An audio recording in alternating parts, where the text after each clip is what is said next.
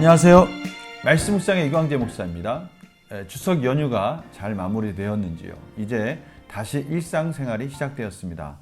또 말씀 안에 힘차게 시작하는 남은 또 한 주가 되기를 간절히 축원합니다.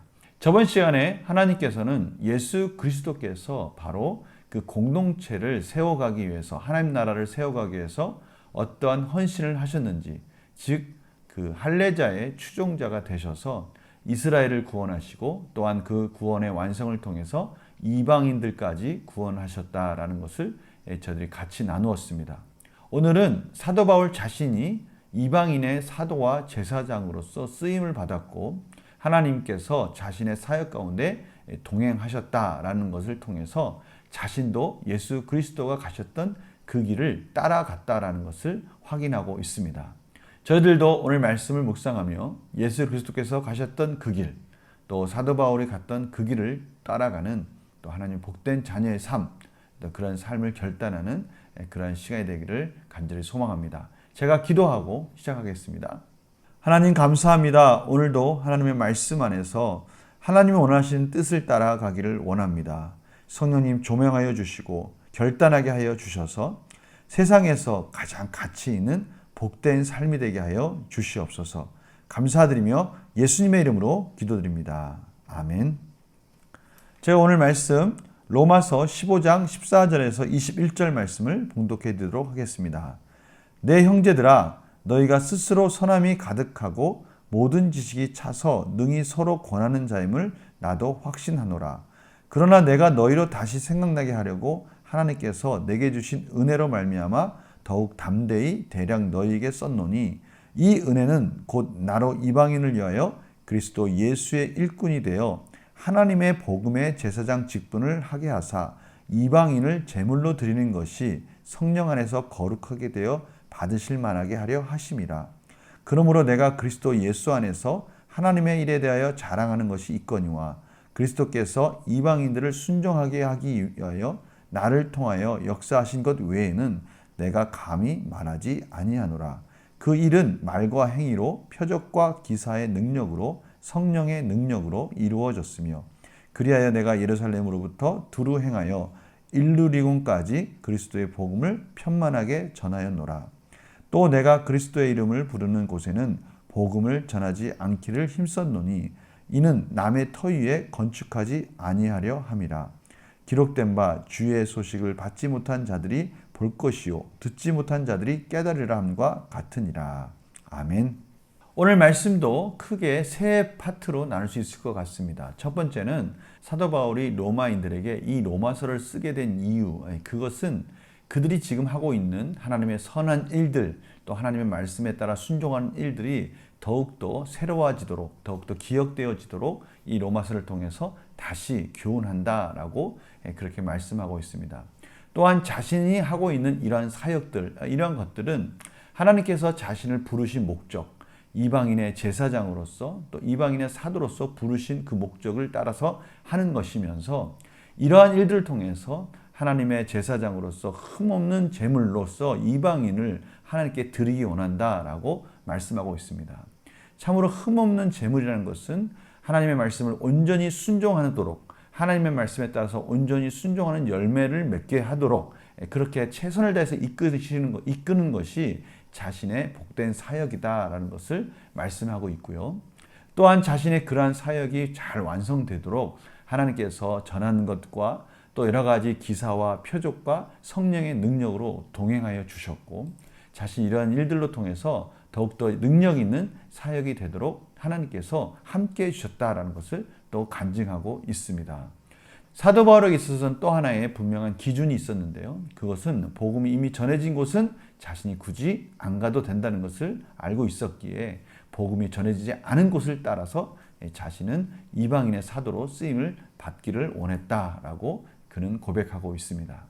오늘 분명한 것은 이 사도 바울이 예수 그리스도께서 그렇게 헌신함으로 언약이 완성되고 이방인의 또 놀라운 복음의 통로가 열렸듯이 자신도 예수 그리스도의 본을 받아서 자신의 헌신을 통해서 하나님 나라가 굳건하게 세워지는데 최선을 다했다라는 것을 고백하고 있습니다. 이 말 속에는 무슨 말씀이 들어가 있는 것입니까? 그렇습니다. 하나님께서 지금 이 사도 바울을 통해서 저희들도 이 행렬에 동참하기를 원하신다는 것을 저희들이 깨달을 수 있는 것이죠. 오늘 문제를 통해서 또 한번 저희들의 삶으로 적용해 보도록 하겠습니다. 바울이 로마 교회 성도에게 편지를 쓴 이유는 무엇입니까? 하나님의 말씀, 또 하나님이 그들을 향해서 행하셨던 일들, 이러한 것들이 어떻게 이루어진지를 다시 한번 기억나게 하고 다시 한번 교훈을 주기 위해서 이 로마서를 썼다라고 고백하고 있습니다. 바울이 자랑하는 하나님의 일은 무엇입니까? 바울이 자랑하는 일은 딱 하나이죠. 그것은 자신이 이방인의 사도로서 열심히 달려갔다는 것입니다. 그리고 하나님께서 자신이 달려가는 그 길 가운데 동행해 주셔서 놀라운 능력 가운데 그 일들을 감당했다라는 것. 이것이 바로 자신이 유일하게 자랑할 수 있는 일이라고 고백하고 있습니다. 이러한 일들을 통해서 자신의 한 일들은 오직 하나님의 은혜로 성령의 능력으로 이루어졌다는 것을 또한 그들 앞에 고백하고 있는 것이죠. 연구와 묵상 질문 보겠습니다. 바울이 자신 있게 하나님의 일을 자랑하는 이유는 무엇입니까? 사도 바울은 자신이 하고 있는 이런 이방인을 향한 이 복음을 전하는 이 사역, 이것은 분명한 하나님이 자신을 부르신 목적이었고 그것을 위해서 최선을 다해서 집중해서 그 일들을 감당하면서 걸어왔다라고 말하는 것이죠. 또 중요한 것은 자신이 가고 있는 이 길들 속에서 하나님이 함께 하시면서 이적과 표적과 여러 가지 말씀을 전하는 그 과정 속에 또 성령의 능력으로 함께 해주셔서 그 길이 옳다라는 것을 하나님께서 또 확인시켜 주셨고 그 일들이 순적하게 든든하게 풍성하게 세워져 가는 것들, 이런 것들을 통해서 하나님께 영광을 돌리는 것, 이것이 자신이 지금까지 살아온 삶의 유일한 소망이고 행복이었다라고 고백하는 것이죠. 느낀 점 보겠습니다. 예수 그리스도의 일꾼됨을 자랑하는 바울을 보며 무엇을 느낍니까? 저는 오늘 이 사도 바울의 고백들을 통해서 이 편지를 쓰는 이 순간 참 행복했다라는 것을 깨닫게 됩니다. 자신이 지금까지 걸어왔던 그 많은 이방인을 통해서 역사하신 하나님의 일들, 또 앞으로 이루어질 일들에 대한 기대, 이런 것들로 그의 마음은 정말 행복한 순간이었을 것입니다. 결국 이것은 저희들이 앞으로 가면서 우리 인생 속에서 누려야 될 저희들의 행복 아니겠습니까? 제 마음속에서도 이 사도 바울과 같은 이러한 기쁨과 행복을 누리기를 원하는 그 마음이 간절히 불릴 듯이 일어났습니다. 성도님들은 어떠십니까? 저희들의 인생에 있어서 가장 행복한 순간이 언제일까요? 물론 저희들의 가족들과의 추억들, 또 여러 가지 사업이나 여러 가지 우리 일터에서 일어나는 즐거운 보람된 일들, 이런 것들을 통해서 저희들은 또 여러 가지 즐거운 일들이 생각날 수 있습니다. 그러나 정말 중요한 일, 정말 복된 일은 그 모든 것을 덮을 수 있는 하나님 나라를 향한 목적이 아니겠습니까? 오늘 다시 그 부분을 기억나게 하고요. 또 하나님께서 그것을 기억나게 해주신 것에 대해서 또 감사드리는 그런 말씀이었습니다. 따라서 이것이 우리의 결단과 적용으로 나갈 수 있을 것 같습니다. 내가 예수님의 은혜보다 더 자랑스럽게 여기는 것이라면 무엇입니까? 자격 없는 내가 그리스도의 일꾼된 은혜만 자랑하기 위해서 무엇을 실천하겠습니까?